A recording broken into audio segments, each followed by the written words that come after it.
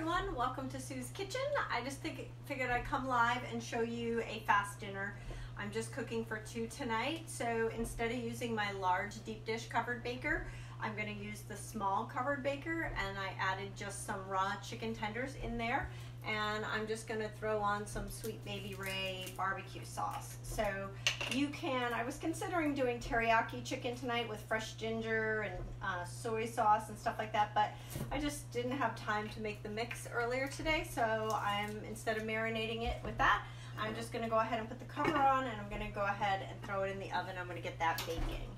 And while that's baking, I'm using our stoneware that is dishwasher safe. This is the slate and sand colored medium stone, and I broke up some cauliflower on it, and we're just gonna add a little bit of oil with our kitchen spritzer. You want to tighten the lid, and you want to pump your own air in. You want to pump it until it gets hard.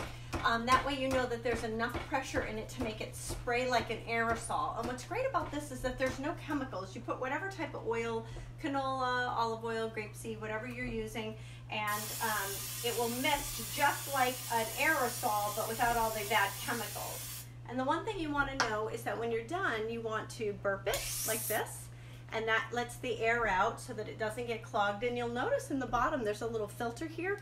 You can put dried basil in here. Hey Samantha, you can put dried herbs in there. Don't put fresh garlic in there. That's the fastest way to get botulism. You don't want fresh stuff in that sitting on the counter. So now I'm just going to use some curry. We're going to just sprinkle some curry on the cauliflower, and then I'm going to use some green beans, and I'm going to put them in the micro cooker, and I'm going to steam them for about 3 to 5 minutes when this is almost done roasting.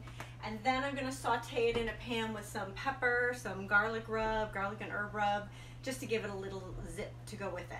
So super fast, super easy. Earlier today I made homemade scones, and I'll post some pictures. Super easy to make homemade scones from scratch.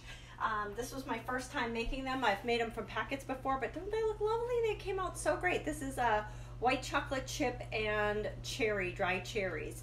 So there was a blueberry and a cran raisin, but I like white chocolate chips, so that's the one I chose, and it came out great. So I'll post both that recipe and what I'm cooking here. I'd love to see what you guys are cooking for dinner tonight, so post below. And there's some specials that are going on this month that I'll also post in here if you want to do an online virtual party. So thanks for joining Sue's Cooking, everyone.